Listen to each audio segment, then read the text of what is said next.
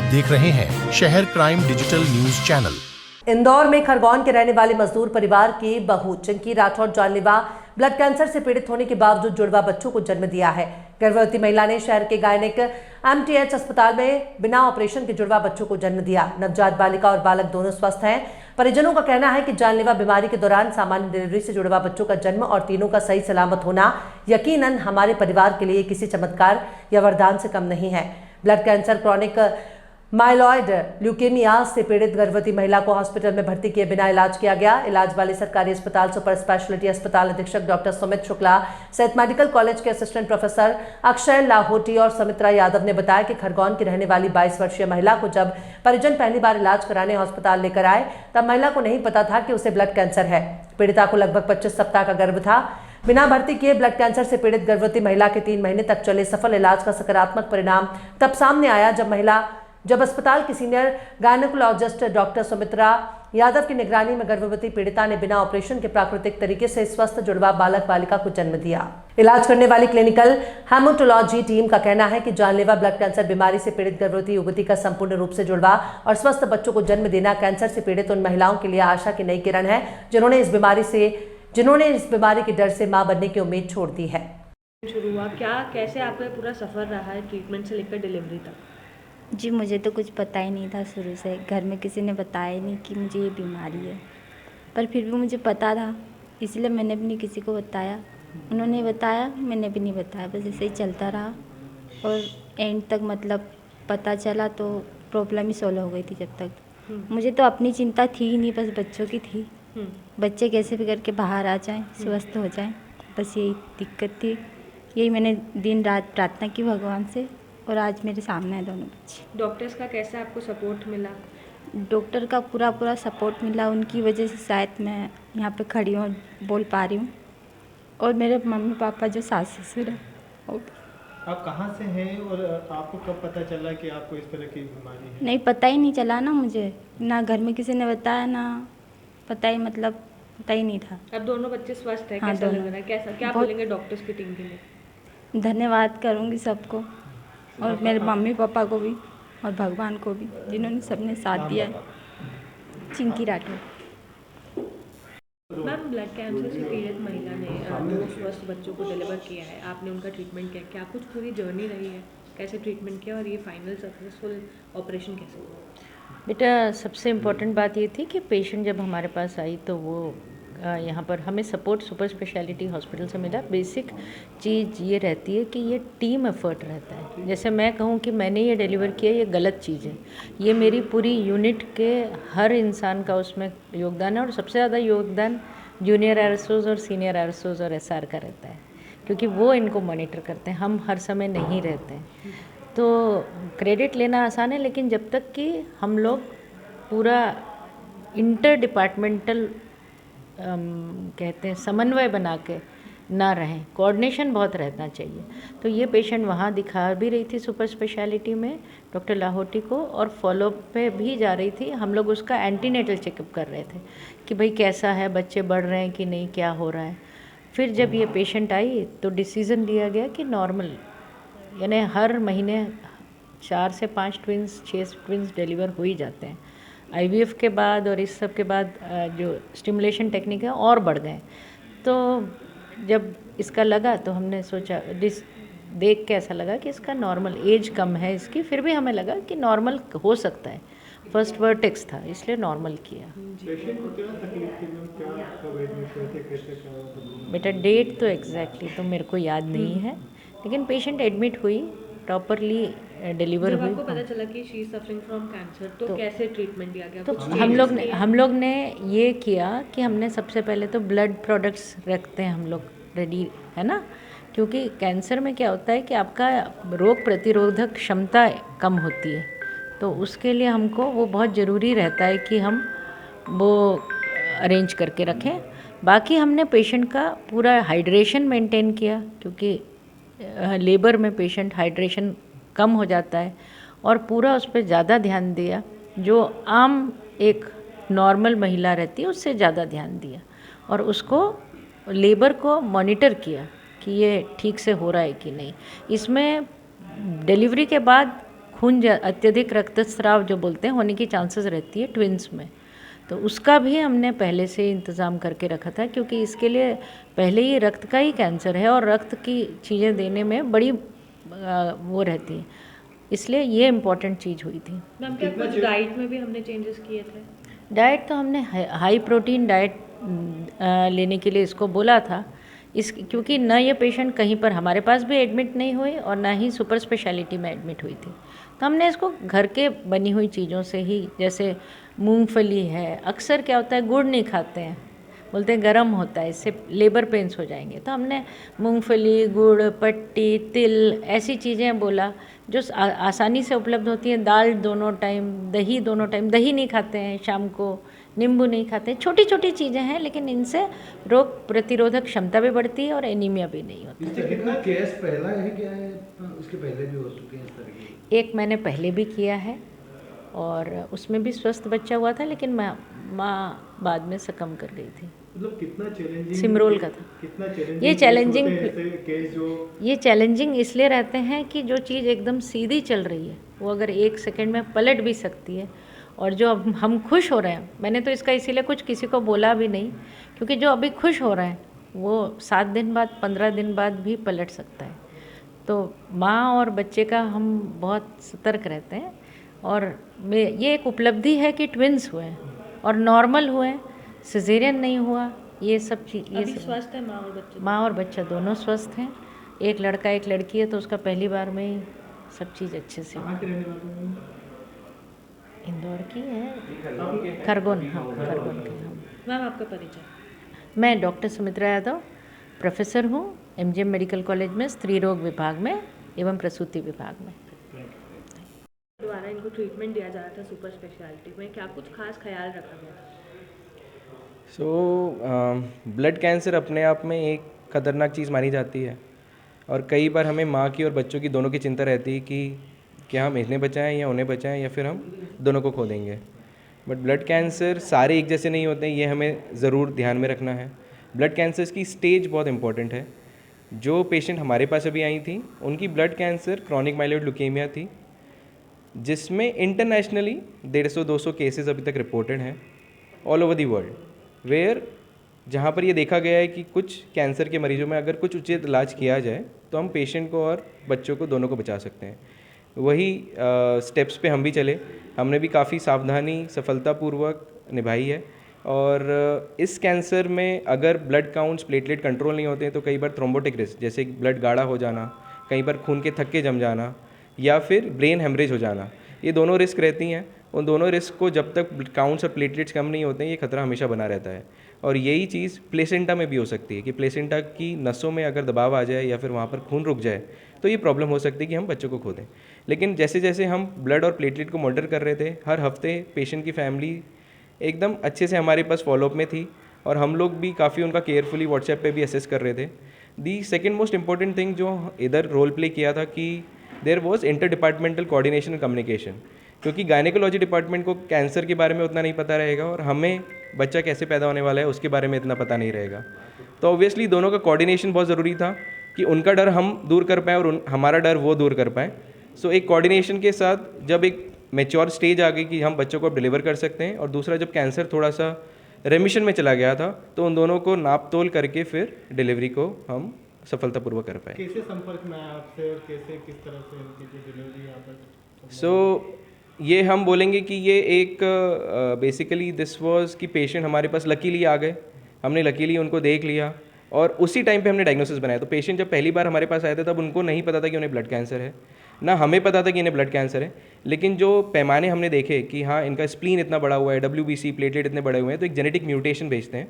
जो टेस्ट हमने भेजा उसकी रिपोर्ट 5 दिन के बाद हमारे पास आई। वो 5 दिन के बाद जब पेशेंट वापस फॉलोअप में आया तब हमने उसका इलाज शुरू किया।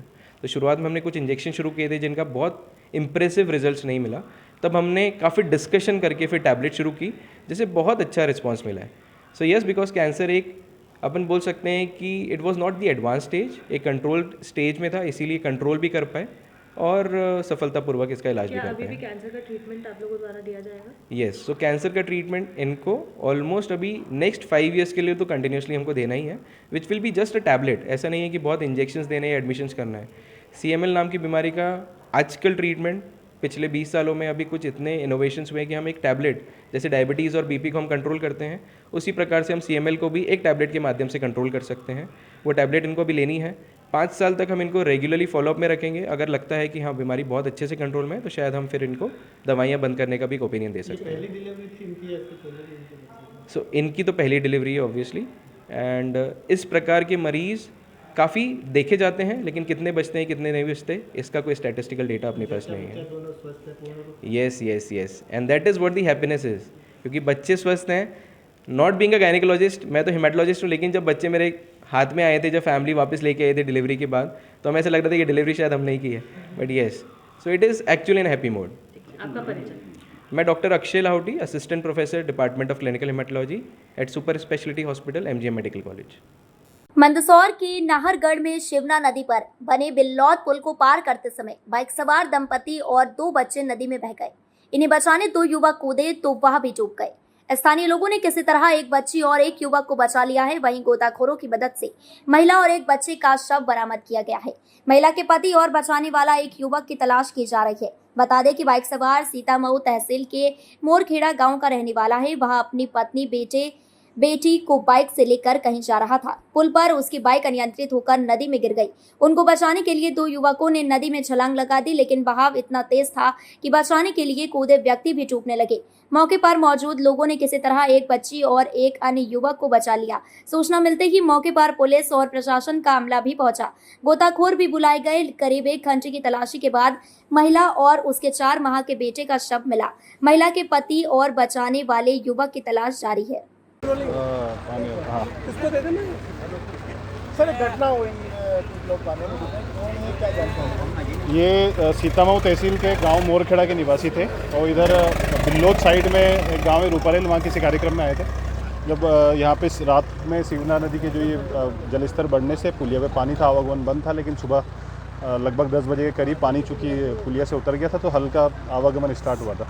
चूँकि गाड़ी पे एक साथ वो 4 लोग थे, एक साथ उसमें बैठे हुए थे और एक ही परिवार के लोग थे, आगे बैग भी रखा हुआ था।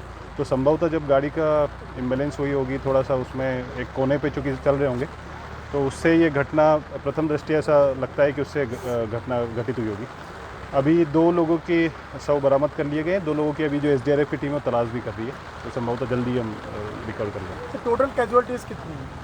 अभी 2 का हमको चूँकि बॉडी मिल चुकी है तो उसके बारे में तो हम पुख्ता रूप से कह सकते हैं, बाकी 2 लोगों की तलाश जारी है। तो लगातार नहीं प्रशासन की लापरवाही पूरे मामले में, पानी था पुल पे और यहाँ पे कुछ जाके आवाजाही चाली, जबकि प्रशासन बार बार इस मामले को लेकर अपील जारी कर रहा है कि नहीं कर रहा है, लेकिन आपको लगता नहीं यहाँ पे पुलिस के जवान है गोताखोर जो नहीं, पुलिस दोनों तरफ उसमें चौकीदार भी थे, PWD के गैंगमैन भी थे, स्थानीय जो GRS और ये भी थे। चूँकि तब पुलिया पे आवागमन चालू हो गया था, पानी जो स्तर था वो कम हो गया था और पुलिया पे ऐसे पानी था, हल्का फुल्का बस सतही तौर पे पानी था, लोग भी बस स्टार्ट ही हुआ था। दोनों तरफ से चूँकि आवागमन स्टार्ट हुआ, चूँकि लोग भी काफ़ी भीड़ इकट्ठी हो गई थी, जैसे लोगों ने चालू किया होगा, और चूँकि उनके बैग में गाड़ी पे 4 लोग थे और बैग भी रखा हुआ था, और संभवतः उसमें उनका डिसबैलेंस हुआ, कुछ उस तरह से घटना हो सकती है। बाकी प्रशासन की तरफ से हमेशा से, दोनों तरफ से, सीतामऊ तरफ से, मल्हारगढ़ तरफ से, हमेशा से कोटवार हो गए, पुलिस हो गए, यथा संभव जितना भी बल उपस्थित रहता है, हम सूचना भी जारी करते हैं, अलर्ट भी जारी करते हैं, पंचायत के लोग भी रहते हैं और हम यहाँ पे रोकते भी हैं लोगों को। अब थोड़ा सा उसमें ये भी है कि अब और पता करेंगे उसमें क्या हुआ होगा एट ए टाइम, लेकिन जो हमारी प्रथम जो बेसिक जो हमारी न्यूज़ है वो यही है तब कि आवागमन चालू हो गया था। पुनरावृत्ति नहीं होगा घटना की क्या? हाँ, हम उसके लिए हमेशा से प्रशासन प्रयास रहता ही है और हम ड्यूटी भी लगाते हैं। हम यहाँ पे परमानेंट स्टॉपर भी लगाए हैं हमने हमेशा। कल ही आपने देखा होगा SP साहब ने चेतावनी भी जारी की थी, प्रशासन भी चेतावनी जारी करता है, तो हमेशा से हमारे प्रयास रहते हैं और थोड़ा सा उसमें और आगे भी हम कोशिश करेंगे कि इसी तरह से हमारे लोग भी ड्यूटी पर रहें, जितना हो सके, जितना अवॉइड कर सकें ऐसी घटनाओं को हम करें। आपका नाम और पोस्ट? रविंद्र परमार, SD मल्हारगढ़। कुछ घटनाक्रम सामने आए हैं नाहरगढ़ में, जो है 4 लोग के नाहरगढ़ थाना क्षेत्र में सुबह जो है 11 बजे जानकारी आई है, जिसमें एक शिवना नदी पर पुलिया एक बनी है, उस पर जो है एक मोटरसाइकिल सवार जो जा रहे थे, तो मोटरसाइकिल पर जो है उनकी मोटरसाइकिल स्लिप होने से जो है वो जो है नदी में उनका जो मोटरसाइकिल है वो गिर गया। तो उस पर सवार जो थे 4 लोग, उनमें से एक को तो मौके पर, जो एक बच्चा था उसको मौके पर निकाल लिया गया, लेकिन उसमें 3 जो लोग हैं उनकी जो है उनका अभी जो पानी में बह गए उनको बचाने के प्रयास में एक व्यक्ति और जो गया था वो भी अभी तक मिसिंग है। तो टोटल 4 लोग जो हैं वो इसमें से 2 लोग जो हैं, एक माता और उसके जो है 4 महीने की बच्ची, उनका शव निकाल लिया गया है। बाकी 2 लोग अभी मिसिंग है। राहत और बचाव कार्य जारी है।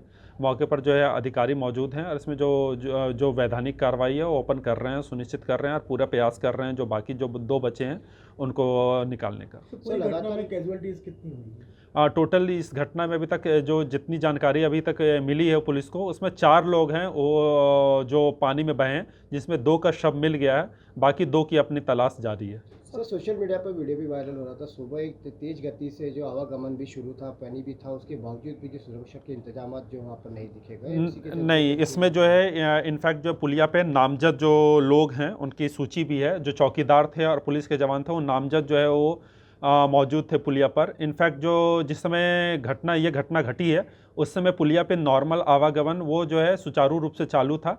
जो बाइक सवार है इनका बाइक फिसल गया और फिसल करके ये पानी में गिरे हैं। उसके बाद ये पूरी जो दुखद घटना है वो घटित हुई। सर लगातार एडमिनिस्ट्रेशन जो है पानी में पुल पुलिया और रपट पर न जाने की अपील भी कर रहा है, लेकिन उसके बावजूद भी सर लोग बाग नहीं मान रहे। सर क्या स्ट्रिक्ट एक्शन लिया जाएगा? जैसा कि मैं बता रहा हूँ कि इस केस में जो पुलिया है उस पर आवागमन जो है वो चालू था। उस पर जो है पानी जो है 2 से 3 इंच पानी था, लेकिन आवागमन नॉर्मल जो है वो सुबह 10 बजे के बाद से चालू था।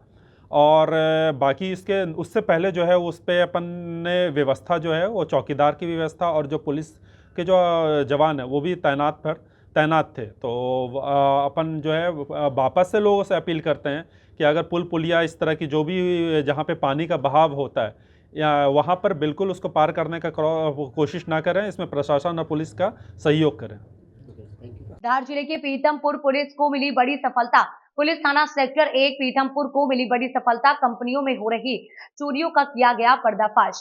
आपको बता दें कि कंपनियों में चोरी करने वाले अज्ञात आरोपियों को किया गया गिरफ्तार।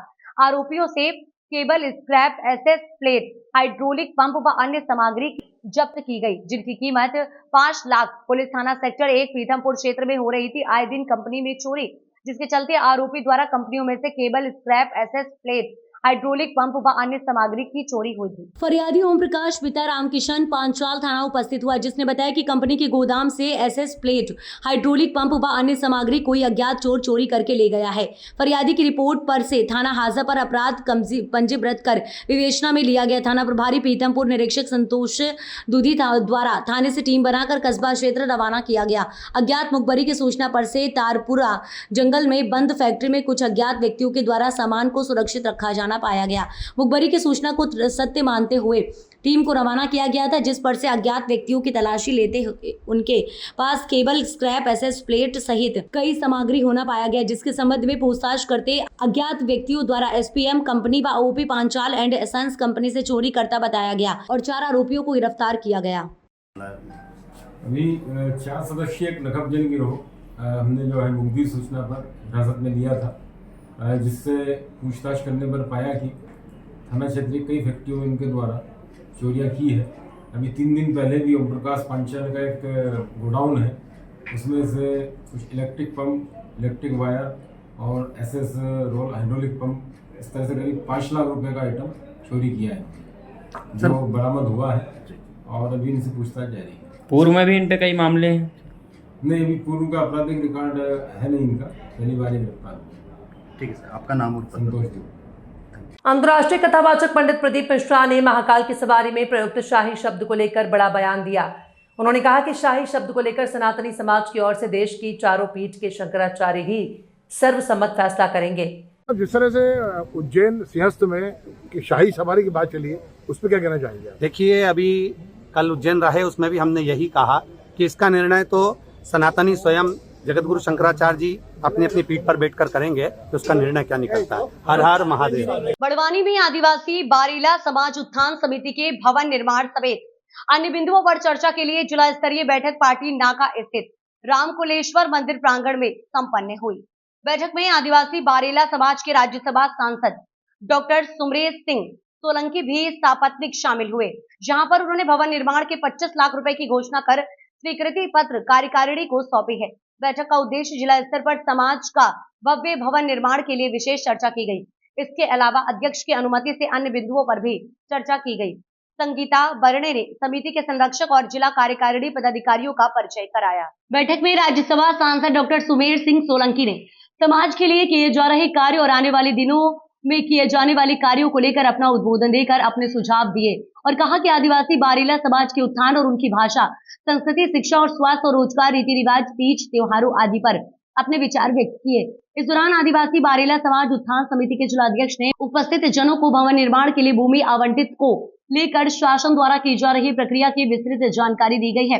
विक्रम चौहान ने भूमि आवंटन को लेकर मुख्यमंत्री डॉक्टर मोहन यादव जी से पत्राचार के माध्यम से भवन के लिए भूमि आवंटन की प्रक्रिया को पूर्ण की गई है। बहुत जल्द भूमि समिति को मिल जाएगी। तेर सिंह जुडवे ने समिति के उद्देश्यों और समिति के संचालन के लिए बनाए गए नियमावली का वाचन किया गया। डॉक्टर रविंद्र बड्डे ने बताया कि समिति को भव्य निर्माण के लिए 50 लाख रुपए की दान राशि प्राप्त हुई है। अश्विनी निक्कू चौहान में समिति को 10 लाख रुपए की राशि देने की घोषणा की गई है। कार्यक्रम का संचालन डॉक्टर रविंद्र बड्डे ने किया और आभार चेतन पटेल ने माना। कार्यक्रम में 300 से अधिक समाज जन एकत्रित हुए हैं। सर, आज आदिवासी बारेला समाज उत्थान समिति की बड़ी बैठक कराई गई, आप भी उपस्थित हुए, किस प्रकार क्या बैठक में था? देखिए, मैं इस समाज का ही व्यक्ति हूँ, बारेला समाज का बेटा हूँ और आज बारेला समाज उत्थान समिति की जिला स्तरीय बैठक का आयोजन किया गया। इस बैठक में मेरे साथ में अध्यक्ष आदरणीय श्री पोपटलाल चौहान जी सहित उनकी पूरी टीम, उपाध्यक्ष, सचिव, महासचिव, कोषाध्यक्ष और समाज के हमारे सैकड़ों भाइयों और बहनों ने इसमें उपस्थिति दर्ज कराई है। इसमें बड़वानी जिला जो है वो आदिवासी बहुल, बारेला बहुल है और इस जिले के अंदर एक जिला मुख्यालय पर धर्म सभा, ये धर्मशाला जिसको मांगलिक भवन भी हम बोलते हैं, उसके निर्माण को लेकर चिंतन किया गया। उसको निर्माण को लेकर समाज से सहयोग की अपील की गई और इसका निर्माण एक निश्चित जगह पर प्रारंभ किया जाएगा, जिससे हमारे आदिवासी बारेला समाज के भाइयों और बहनों को जिला मुख्यालय पर जब आएंगे तो उनके किसी प्रकार की रहने की सुविधा, असुविधा नहीं हो। इन सब चीज़ों को ध्यान में रखते हुए एक मांगलिक भवन का निर्माण किया जाने को लेकर ये बैठक थी। लेकिन इस बैठक में सिर्फ भवन निर्माण पर ही चर्चा नहीं हुई। समाज के अंदर बहुत सारी सामाजिक व्यवस्थाओं को लेकर, शिक्षा, चिकित्सा और रोजगार और युवाओं के लिए अन्य प्रकार की व्यवस्थाओं पर बातचीत हुई है। समाज के सभी भाइयों और बहनों ने आज एक संकल्प लिया है कि समाज के अंदर बेहतर करने का हम यहाँ पर संकल्प लेते हैं और समाज को आगे बढ़ाने के लिए हर व्यक्ति समाधान करने वाला बने। इस प्रकार की बातें यहाँ पर हुई है और समाज के सभी भाइयों और बहनों ने मिलकर आज यहाँ एक बेहतरीन संकल्प ये लिया है कि एक भव्य और दिव्य भवन बड़वानी मुख्यालय पर बनेगा, जिसका नाम होगा आदिवासी बारेला समाज मांगलिक भवन और ये भवन अगले 2 साल में बनकर तैयार हो जाएगा। इन सब बातों को लेकर ये मीटिंग आज रामकुलेश्वर मंदिर परिसर में हुई है, जिला मुख्यालय पर।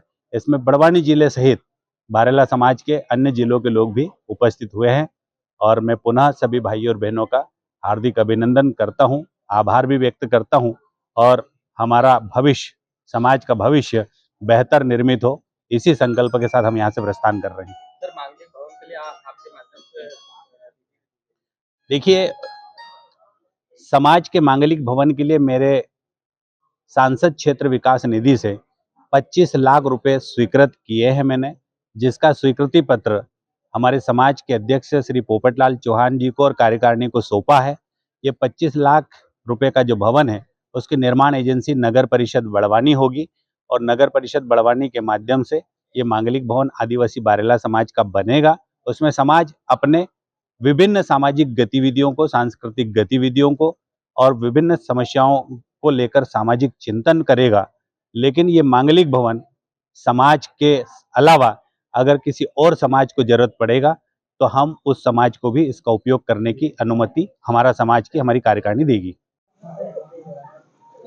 जी, मेरा नाम विक्रम चौहान है, बारेला समाज संगठन का उपाध्यक्ष हूँ।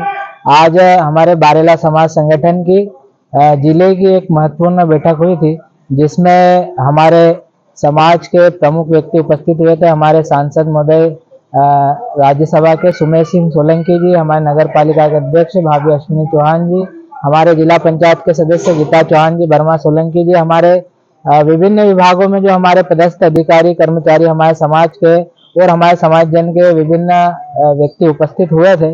और आज के बैठक में मुख्य जो हमारा मुद्दा था वो समाज के लिए, पूरा बड़वानी जिले में हमारे समाज जो सबसे बड़ा समाज है, लेकिन एक भी भवन या धर्मशाला नहीं है, तो एक विशाल धर्मशाला, एक बड़ी धर्मशाला इस समाज के लिए बनाई जाए।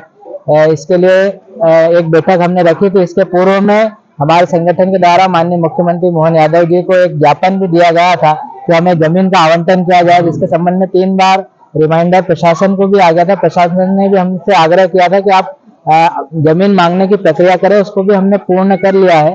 और जैसा कि हमारे अभी अध्यक्ष जी ने बताया था कि हमने जमीन का चयनित करके उसका आवेदन कर दिया है और उसके आवंटन की प्रक्रिया में है और जल्दी हमको उस भूमि का आवंटन होने वाला है। और माननीय राज्यसभा सांसद ने उस पर 25 लाख की घोषणा की है। माननीय नगर पालिका के अध्यक्ष भाभी अश्विनी चौहान जी ने 10 लाख रुपए की घोषणा की है। और समाज के जो हमारे अधिकारी कर्मचारी वर्ग से सभी ने मिलकर जो घोषणाएं की है उसमें भी 25-30 लाख रुपए की ऐसी घोषणा है। और आगे भी जैसे भी हम संपर्क करते जा रहे हैं तो ऐसी और घोषणाएं होने वाली है। तो एक अच्छी लागत से और भव्य एक आदिवासी बारेला समाज की धर्मशाला बनने की ओर अग्रसर है। यही इस बैठक का हमारा हेतु था। अच्छा, सर्व सुविधा युक्त हुआ ये? जी, ये धर्मशाला सर्व सुविधा युक्त होगा, जिसमें समाज के जो कार्यक्रम होते हैं उसमें संपन्न होंगे, साथ में जो वैवाहिक कार्यक्रम संपन्न होंगे। इसके साथ में जो हमारे समाज के विद्यार्थी है, जो निर्धन परिवार के जो बच्चे हैं, वो वहाँ रहकर निःशुल्क वहाँ पर उनके शिक्षा का प्रबंध भी जो हमारी समिति है उसके माध्यम से वहाँ पर किया जाएगा। सर, आपका पूरा परिचय और आज कार्यक्रम में क्या रहा है? मेरा नाम पोपटलाल चौहान, आदिवासी बारेला समाज जिला बड़वानी का अध्यक्ष हूँ। और आज हमारी महत्वपूर्ण बैठक थी भवन निर्माण संबंधी। उसमें हमारे माननीय डॉक्टर सुमेर सिंह जी सांसद महोदय उपस्थित हुए। उसमें हमारे वक्ताओं ने विचार रखे। सांसद महोदय ने आश्वस्त किया कि हमारे जिले में एक भव्य धर्मशाला रहेगा। उसके लिए उन्होंने 25 लाख रुपए स्वीकृत किए और आने वाले वर्ष 8-9 सितंबर 25 को भी 25 लाख स्वीकृत करने का आश्वासन दिया है। और हमारे जो विकासखंड स्तर पे है और भी हम धर्मशालाएं बनाएंगे। उसके लिए हम ब्लॉक स्तर पे कमेटी बनाएंगे। आज का कार्यक्रम हमारा बहुत महत्वपूर्ण रहा है, क्योंकि हमारे माननीय सांसद महोदय ने हमें आश्वस्त किया है कि हमारा जो भव्य इमारत जो धर्मशाला बनने जा रहा है जिले लेवल पे, वहाँ पे आने वालों को सुविधा मिलेगी और आगे भी सहयोग करने का आश्वासन सांसद महोदय ने दिया। अच्छा, जिला स्तर पर बनाया भवन?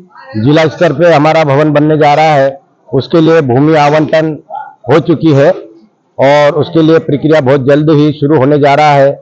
उसमें हमारे पटेल पुजारा के द्वारा भूमि पूजन जल्द ही किया जाएगा और भवन निर्माण किया जाएगा। अच्छा, भूमि कहाँ चयन करेगी, किस क्षेत्र में करेगी? हमारी जो भूमि चयन हुई है, जो धोबड़ा तालाब है, वो वाटर निकास के पास में ही भूमि का चयन हुआ है। और हमने माननीय एसडीएम साहब को भी ऑनलाइन आवेदन करके दे दिया है। उन्होंने आश्वस्त किया है हमें कि आप कार्य शुरू करें। अयोध्या में दलित रेप पीड़िता के घर पहुंचे सपा सांसद अवधेश प्रसाद से परिवार ने मिलने से इनकार कर दिया। घर के बाहर उन्हें रोक दिया गया। कहा, आप रात के अंधेरे में क्यों मिलने आए हैं? थोड़ी देर में आसपास के लोग आ गए। गांव वालों ने सपा सांसद का विरोध करना शुरू कर दिया। इसके 10 मिनट बाद ही सपा सांसद को उल्टे पांव लौटना पड़ा। दलित लड़की से 2 सितंबर को रेप की घटना हुई थी। इसमें शहबान मुख्य आरोपी है। 5 सितंबर को पुलिस ने एनकाउंटर में उसे गिरफ्तार किया। इस मामले में भाजपा और बसपा के डेलीगेशन ने पीड़िता से मुलाकात की थी। अवधेश प्रसाद शनिवार रात 8 बजे के रात पहुंचे थे। उन्हें देखते ही पीड़ित ने कहा कि हम एफआईआर दर्ज कराने के लिए भटकते रहे। मामला दर्ज होने के तीसरे दिन आप आ रहे हैं, वो भी रात के अंधेरे में। इस पर सांसद ने परिवार से कहा कि हम आपके साथ खड़े हैं, आपको सुरक्षा और मुआवजा दिलाएंगे। अब कोई धमकी नहीं देगा। जिसने ये कांड किया है उनके खिलाफ कार्रवाई हो रही है, फांसी की सजा दिलाई जाएगी। इधर सांसद के आने की जानकारी मिलते ही वहां ग्रामीणों की भीड़ जुट गई। टॉर्च और मोबाइल की रोशनी में लोग सांसद से बात कर रहे थे। ग्रामीणों ने नाराजगी जताई कि गांव में अभी तक बिजली और सड़क की व्यवस्था नहीं है। ग्रामीणों का विरोध बढ़ता देख अवधेश प्रसाद वापस चले गए।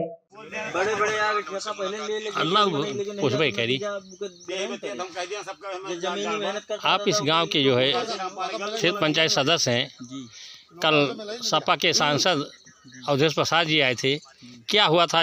पीड़ित से मिले कि नहीं मिले और गांव वालों ने क्या प्रतिक्रिया उनके साथ किया? गांव वाले तो घर वाले तो मिलने से इनकार कर दिए थे अवधेश प्रसाद जी से, क्योंकि अभी तक वो आए ही नहीं थे यहाँ। 5 दिन के बाद आए जी। तो गांव एक तरफा था। पीड़ित के परिवार के कोई सदस्य मिला कि नहीं मिला? कोई नहीं मिला। और क्या मांग करना चाहते हैं कि आप अपने इस गांव के प्रति, पीड़िता के प्रति क्या चाहते हैं, क्या मांग करना चाहते हैं? आप क्षेत्र पंचायत सदस्य हैं, बस ये चाहते हैं सर, ये सड़क बन जाए, यहाँ बिजली नहीं है, बिजली लग जाए, और पीड़िता के पास कोई ज़मीन नहीं है, और एक मतलब 10-20 हिस्सा नहीं कि आलू वो बोले, तो कुछ हो सके तो पट्टा वट्टा एक आध करा दिया जाए, 10-12 हिस्सा जो मिल जाए उसको। क्या नाम है आपका? दिनेश कुमार यादव। आप क्या हैं आगे? क्षेत्र पंचायत सदस्य। बस ठीक है। रायपट्टी के ग्राम प्रधान प्रतिनिधि हैं आप विजय कुमार जी। ये बताइए कि रात में अयोध्या जनपद के सांसद अवधेश प्रसाद जी पीड़ित परिवार से मिलने आए थे, क्या परिवार ने उनसे मुलाकात की कि मिलने से इनकार कर दिया? हाँ, सांसद जी आए थे, हम भी साथ में थे, लेकिन उनसे इनके घर वालों ने कोई मिला नहीं। छोटे छोटे बच्चे थे, उनसे हमने पूछा कि बताओ कहाँ तुम्हारी मम्मी है? उन्होंने कहा कि है नहीं, कोई कह रहा था कि हाँ कहा थे, उन्हें मिलने से इनकार कर दिया है। अच्छा, ये बताइए कि जो स्थानीय ग्रामीण थे उन लोगों ने सांसद के कुछ देर पर आने से यहाँ 3-4 दिन के बाद आने पर एतराज़ जताया, ये बात सही है? हाँ, एतराज़ जताया, हम साथ में थे। क्या कहा लोगों ने? उन्होंने ये कहा कि हमारी ये बताओ यहाँ पर जंगल झाड़ी से ना सड़क है ना बिजली है। नहीं, ये पीड़िता के यहाँ जो 4 दिन के बाद है, इस पर कुछ लोगों ने एतराज़ जताया था। हाँ, इसीलिए एतराज़ जताया कि सारे लोग, सारे नेता लोग आ गए थे, और माननीय मंत्री जी का थी, थोड़ा देर में आए थे। वो कहीं हो सकता है दिल्ली में थे, बता रहे थे कि शायद दिल्ली या कहीं कुछ काम के लिए, इसलिए कहते वो लेट में आए, बता रहे थे। क्या हुआ? कल आए थे अवधेश प्रसाद तो यहाँ? घर वाले विरोध के मिले नहीं, और गांव वाले सब विरोध के 5 दिन के बाद आए। जो 5 दिन के बाद आए, सब लोग विरोध किए जी। मुरैना जिले की पहाड़गढ़ ब्लॉक के अंतर्गत आने वाली ग्राम पंचायत सेंथुरी और खिटोरा में क्वारी नदी के रपटे पर पानी ऊपर चल रहा था और लोग जान जोखिम में डालकर आवागमन कर रहे थे। शहर क्राइम की टीम मौके पर पहुंची और वहां की खबर को प्राथमिकता से दिखाया। खबर दिखाने के तत्काल बाद ही मुरैना कलेक्टर अंकित अस्थाना ने प्रशासन को आदेश दिया और पंचायत सचिव के साथ साथ पटवारी और पुलिस फोर्स मौके पर पहुंचा और वहां पर बैरिकेड्स लगाकर आवागमन को बंद कराया। मुरैना कलेक्टर द्वारा तत्काल खबर पर संज्ञान लेकर अधिकारियों को आदेशित कर नदी पर प्रशासन को भेजकर आवागमन को बंद कराया, जिससे ग्रामीण लोगों ने मुरैना कलेक्टर अंकित अस्थाना की प्रशंसा की। मुरैना कलेक्टर द्वारा रखटाव, बाढ़ प्रभावित क्षेत्रों में बैरिकेडिंग कर निगरानी रखने के आदेश दिए गए थे, फिर भी जिम्मेदार लोगों ने द्वारा उस पर ध्यान नहीं दिया गया। अब देखने वाली बात यह होगी कि क्या मुरैना कलेक्टर द्वारा ऐसे लापरवाह कर्मचारियों पर कोई कार्रवाई की जाती है या नहीं।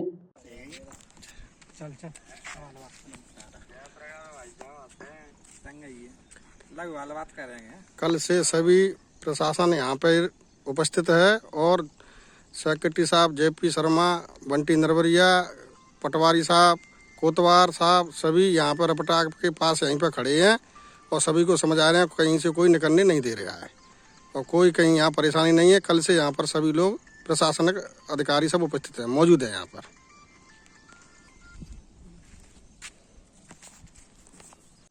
सेंथुरी खिटौरा के रपटा पर क्वारी नदी पर प्रशासन का आदमी सभी लोग यहाँ पे मौजूद हैं।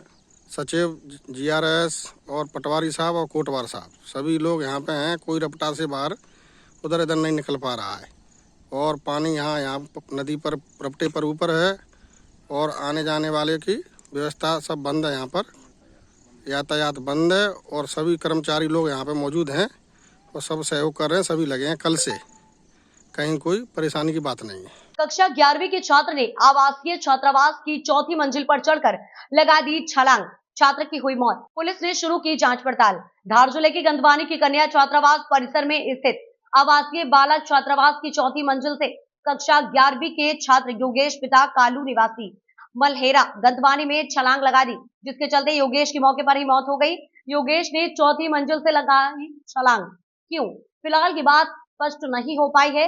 इस घटना की सूचना पर गंधवानी पुलिस पर मनावर एसडीएम मौके पर पहुंचे।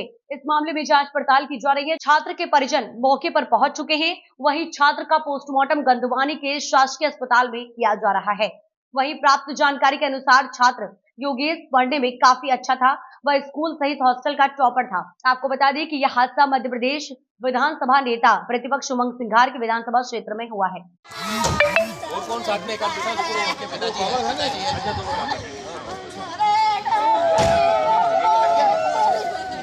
आपका संगीता चौहान। अच्छा, ये बालक छात्रावास से जो है एक बालक ने चौथी मंजिल से छलांग लगा दी है, डेथ हो गई उसकी, क्या कारण था, क्या है मामला ये? कुछ नहीं सर, बेटा मोबाइल तो नहीं रखते, तो बोले नहीं भुआ नहीं रखता हूँ, इतना बोला। मेरे को नहीं रखना बेटा, तो अच्छा पढ़ता है ना, तो हाँ बोले अभी तक तू फेल नहीं हुआ है, अच्छा पढ़ना।